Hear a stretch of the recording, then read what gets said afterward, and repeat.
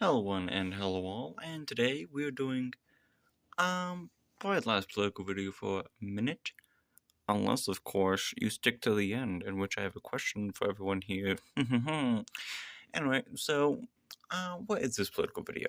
I did something like this, very similar to this, I think back in 2021, I think it was. I just called it like random political stuff or something like that. Consider this follow-up. So we're going to be talking about miscellaneous political things in this video. This will wrap up the election season. Okay, so first of all, pretty much all the races have been called here at this point. 226 to 312 there. U.S. Senate's, of course, the 53 to 47. And the House, well, the governor, who gives a shit? And then the House is just, this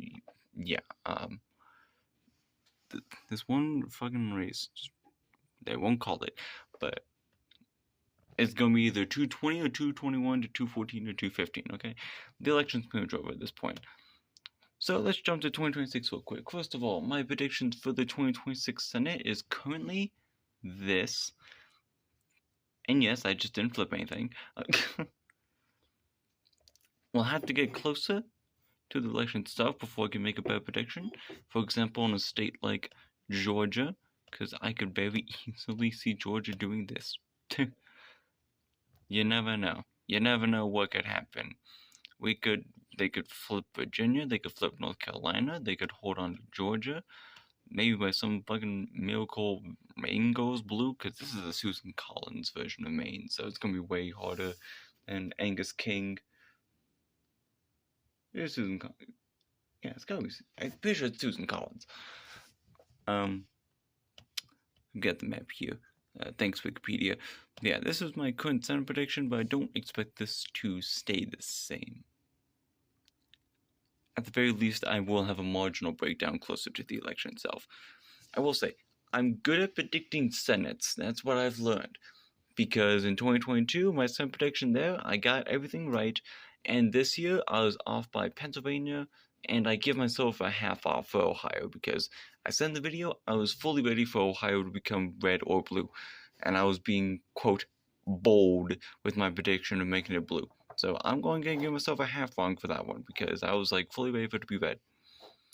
Pennsylvania, no, I was ready for that shit to be blue and it just wasn't. Okay, I'll take the L there. So I'm pretty good predicting Senate. Presidential elections, I'm gonna, as a rule of thumb, I'm gonna take whatever the polls show and I'm just gonna be like, okay, but what if I made it 3 points redder? I think that's gonna be my rule of thumb going forward. Now then, moving on to the House. I am not going to predict every single seat in the House. Here's what I will say for the House. A lot of people saying the Democrats going to win it back. I'm very indecisive. I'm not so sure. I know historically, midterms is like, the party that's not in control usually wins back the House during midterm elections. Sometimes the Senate's not going to go blue. Let's be real. The Republicans have borderline 49 safe Senate seats, okay? The only competitive ones, it's like what, Ohio? North Carolina?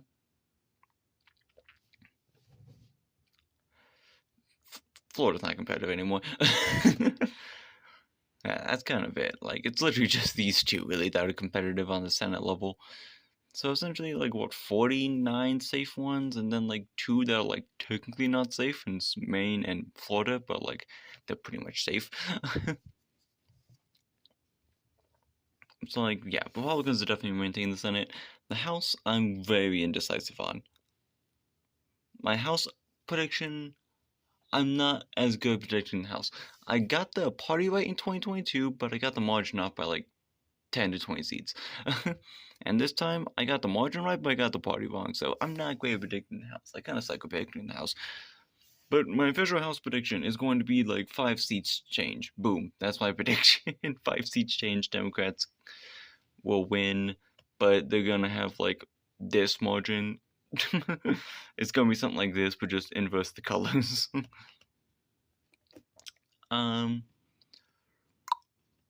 So that's my Senate. That is my president. Not my president. That's my Senate. That is my House. Now, I guess I'll talk about, oh yeah, right, some fun stuff from this election.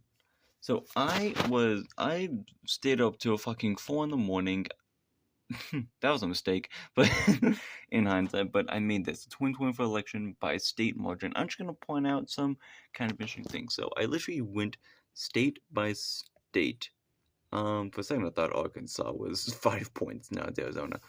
Oops, I accidentally spit on my camera. Anyway, aka my phone. And we're just gonna show off some kind of interesting numbers in here. So, all the red states ranked from safest to closest. So, yeah, nothing too crazy here in the early portions. Shoutouts to my new home state. Yeah, nothing too crazy in here, to my knowledge. I guess, I don't know, I guess Missouri being that. Is that, like, not normal? I don't know, South Carolina, I thought would be evening up. Kansas is, by my standards, the closest safe state at 16 points. Kansas might become a swing state in the future. Who fucking knows? Maybe give it like 15 years or something like that. It might be competitive. I don't know. Give it like 4 presidential cycles, and this thing might start becoming likely. Texas and Iowa. The biggest shock for me, Florida. What the hell? Florida casually swinging 10 points to the right is insane. Miami-Dade going overwhelmingly red? What the fuck? It was redder than Alaska. It was redder than a part of Nebraska. Ohio, Maine, and then also you got all the fun swing states. Yeah, shoutouts to this trio.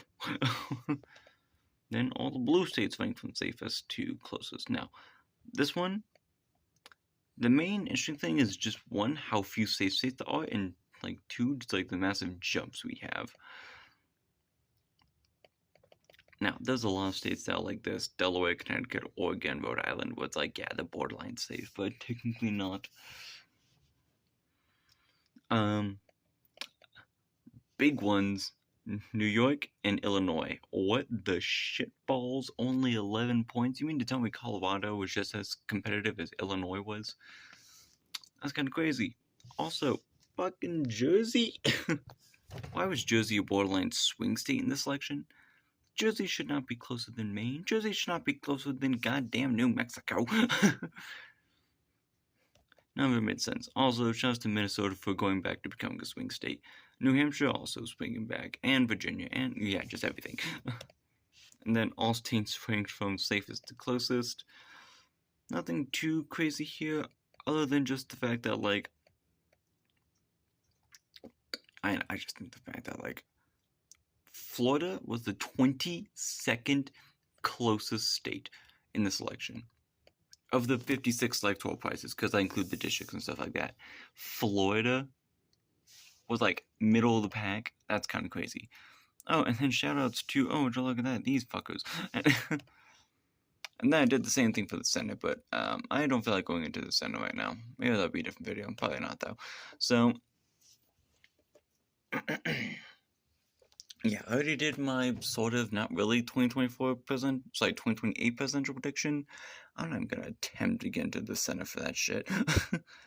But anyway, so yeah, this is my random election stuff. So that question I mentioned at the start, would you guys like to see me do politics more of like a full-time thing, or just kind of keep it to how it is right now, where I just kind of like spring it up during election season, essentially? Do you want to be full-time, me become like a full-time political channel? I do literally study this in college, so I don't know, it might not be the worst idea. We'll see. I'll let you guys decide. Or maybe I'll decide on my own. I don't know, I'm a YouTuber, I can do whatever the hell I want. So if you've enjoyed this video, you can leave a like or subscribe if you feel like it, or you can leave a comment down below if you have anything to say about it. Blah. You wanna follow me on Instagram, Relax5, who cares? And until next time, I'll see you later, buddy. Bye-bye.